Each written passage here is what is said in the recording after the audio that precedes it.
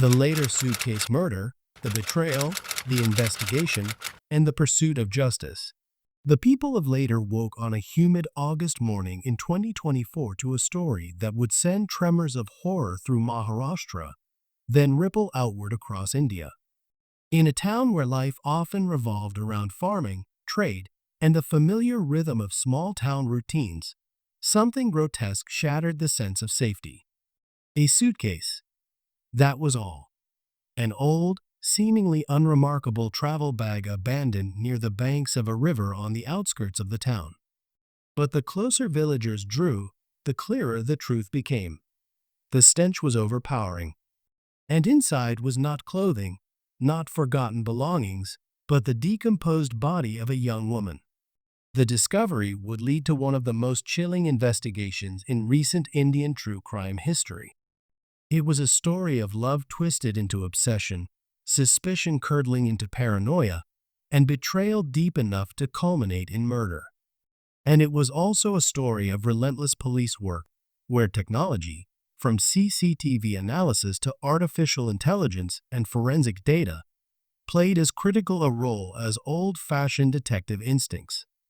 This is the story of Farida Khatun, just 23 years old, whose life was extinguished by those who should have protected her. And it is also the story of how investigators refused to let her killers succeed in their plan to make her vanish silently into the shadows.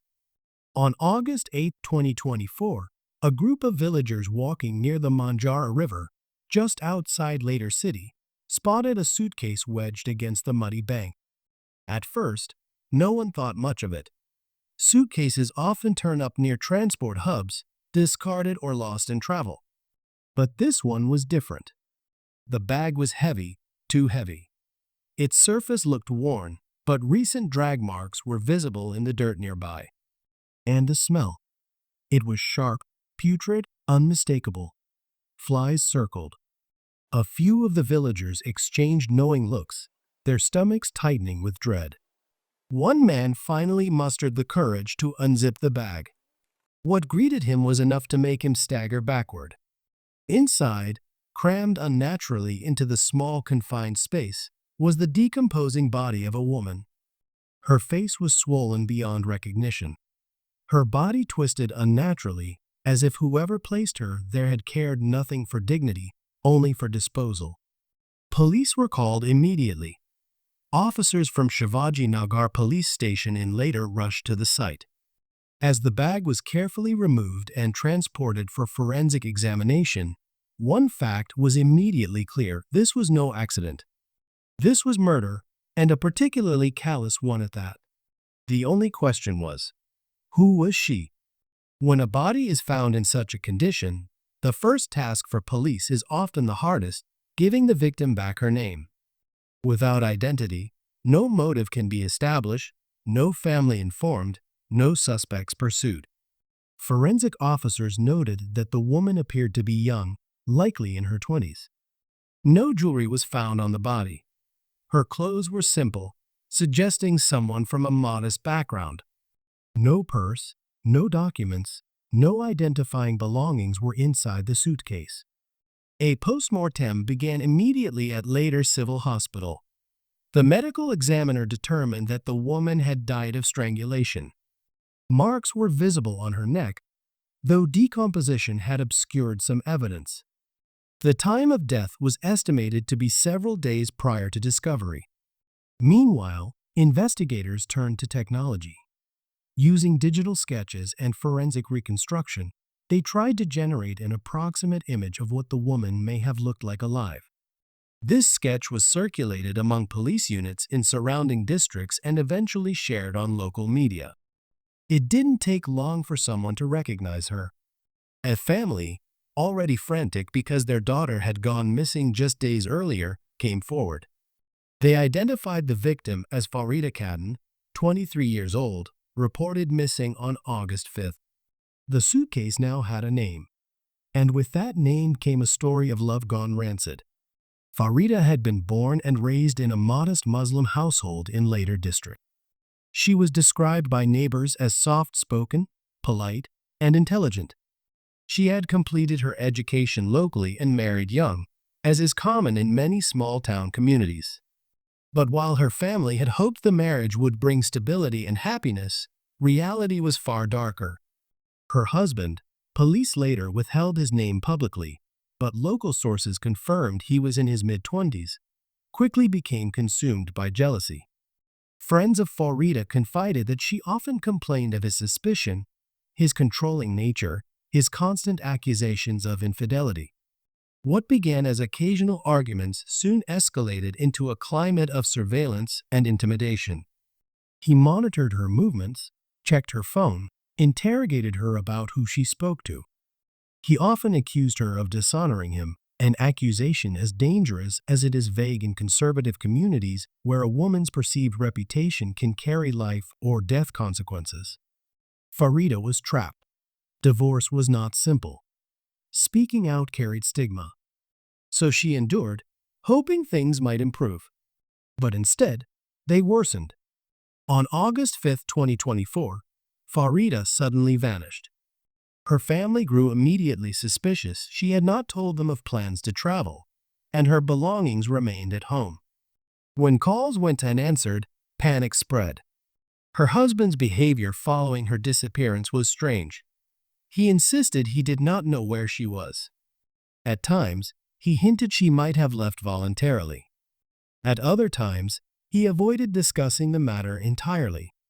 By August 7th, her family filed a missing person report. Police began preliminary questioning. Within 24 hours, the suitcase surfaced. The gruesome discovery transformed the case from a missing person search into a murder investigation. From the earliest stages, suspicion zeroed in on Farida's husband. His reputation for jealousy was well known. Several relatives confirmed he had threatened Farida in the past. Police interrogated him at length. His answers were evasive, contradictory. At times, he claimed Farida had run away. At other times, he suggested she may have harmed herself. Neither explanation fit the facts. But suspicion, as investigators know, is not enough. Without solid evidence, no arrest would hold in court. That was when police turned to the tools of modern crime solving. The Shivajinagar police, with assistance from forensic units, began piecing together Farida's final movements. CCTV footage, cameras across Latur city were examined. Investigators looked particularly at transport hubs and roads leading to the river where the suitcase was dumped. Their efforts paid off. Late-night footage captured a group of men struggling with a large suitcase near a vehicle. The grainy black and white images were enhanced, revealing partial license plate numbers. The vehicle was traced back to an associate of Farida's husband. Mobile phone data. Police also tracked mobile tower pings. Farida's phone had last been active near her marital home, then abruptly went dark. By mapping the movement of her husband's phone and those of his close associates, detectives found that several had been in the vicinity of the river on the very night her body was likely dumped. Artificial intelligence. What would have once taken weeks of manual sorting was accelerated using AI-based data analysis systems. Police fed in license plate fragments, tower logs, and CCTV timestamps. The program cross-referenced the data, identifying overlapping movements and common contacts. The results were damning. Farida's husband and 4 of his friends were all linked by digital evidence to the disposal site. Armed with this evidence, police moved quickly. Farida's husband was arrested first, charged with murder, conspiracy, and destruction of evidence. Within days, 4 accomplices were also taken into custody. Their roles varied. Some helped restrain Farida, others transported the suitcase, one provided the vehicle. During interrogation, cracks appeared in their stories. At least one of the accomplices reportedly confessed, providing chilling details of how Farida was killed. She had been strangled, stuffed into a suitcase, and transported under the cover of night. The plan was to dump her body far enough away that she might never be found. But the river had other ideas. Rain swells shifted the suitcase until it washed back near populated areas. The killer's attempt to erase her had failed. News of the crime swept through later. The brutality was shocking enough, but what unsettled many was that it was not the act of strangers. It was the act of a husband and his circle of friends. Neighbors spoke of their horror. Women's rights groups condemned the killing as another example of the epidemic of domestic violence in India, where women are too often endangered by the very men meant to be their partners. Protests erupted outside the police station. Demands for swift justice filled the streets. Placards bore Farida's name. Her face, reconstructed in happier times, was shared across social media. As the case proceeded to court, prosecutors assembled their evidence with precision. The suitcase itself became Exhibit A. Its weight, its stains, its very existence was a silent witness to what had been done. Forensic evidence showed strangulation marks. CCTV footage placed suspects with the suitcase. Digital data confirmed their phones traveled together that night. Witness testimony from relatives painted a portrait of a marriage poisoned by jealousy. The defense attempted to argue that Farida may have left willingly and been killed by someone else. But the sheer weight of evidence pointed in only one direction, toward her husband and his accomplices. Farida's murder was more than a personal tragedy. It illuminated wider truths about society, law, and technology. Domestic violence. Her death highlighted the dangers of ignoring patterns of jealousy and control. Early intervention may have saved her life. Technology injustice. Without CCTV, mobile data, and AI cross-referencing, this crime may have remained unsolved. Community outrage. The protests underscored how collective pressure can ensure justice is pursued with urgency. Farida was buried by her family with prayers and tears. At her funeral, relatives recalled her kindness, her dreams, her laughter. They vowed not to let her be remembered solely as a victim. In the months following, women's groups invoked her name in campaigns against domestic abuse. Her story became a rallying cry: justice for Farida, safety for all.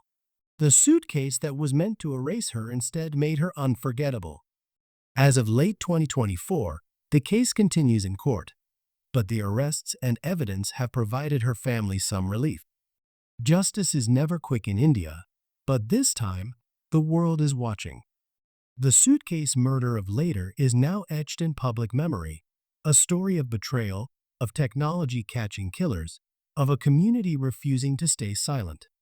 Farida's life ended violently, but her story has become something larger, a reminder of the resilience of truth and the determination of justice to find its way, even when hidden in the darkest corners of a suitcase by the river. Thank you for watching. For more deep dives into cases where crime, justice, and systemic failure collide, subscribe to the channel True Crime Spectrum.